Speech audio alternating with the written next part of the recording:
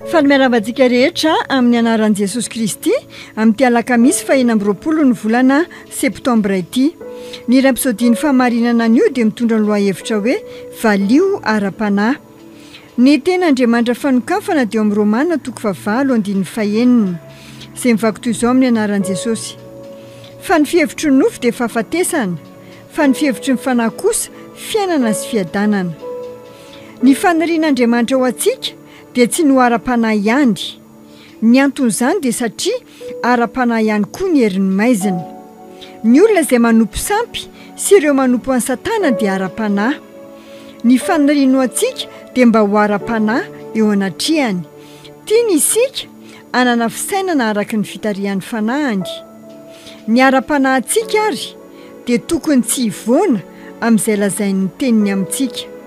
Izany no tontolo izay tiany hiasa antsika, tontolo feno fitiavana.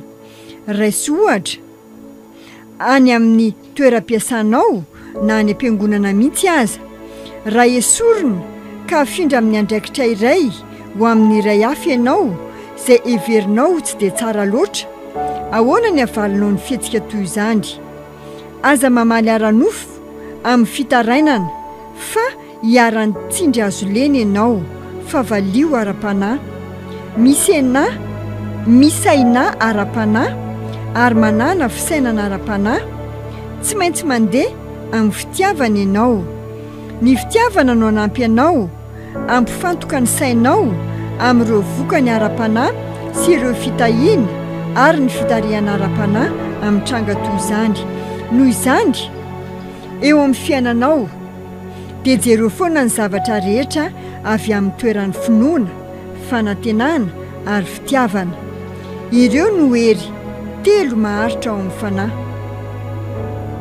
Tsy ho levina mihitsy ireo, hoy ny Korinthiana 1:17-17.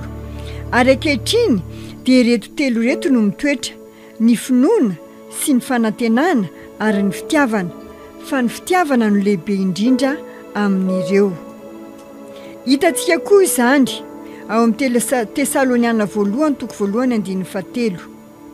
Sady tsy mitsahatra mahatsiaro ny asanareo amin'ny finoana sy ny fikelezanareo aina amin'ny fitiavana ary ny faharetanareo amin'ny fanantenanan'i Jesosy Kristy Tompontsika eo mason'Andriamanitra raintsika.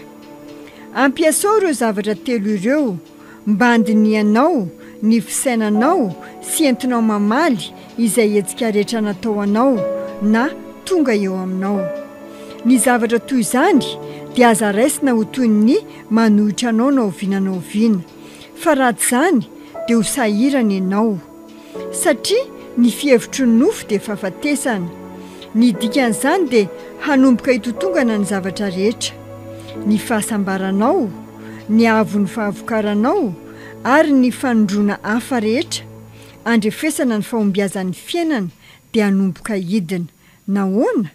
Satria nampiditra fahafatesana tamin'ny fisainan'ny nofo ianao. Fa hoy ny Baiboly, fa ny fihevitry ny fanahy kosa fiainana sy fiadanana. Ao amin'ny Romana 9:5 ahitanao an'izany. Mijery sy mihevera mandrakariva ara-panahy raha te hankafy fiainana feno ianao ary hiaina fiadanan'Andriamanitra izay mihoatra no fahalalàn'olombelona. Alleluia! Ny misy ny fiangonana Krestambasy dia ety Ambohibao ampitan'ny station Total 2e étage. Ny fotoam-bavaka dia isaky ny alahady amin'ny 7 maraina sy ny alarobia amin'ny 10 ariva. Manana herinandro mahafinaritra tompoko.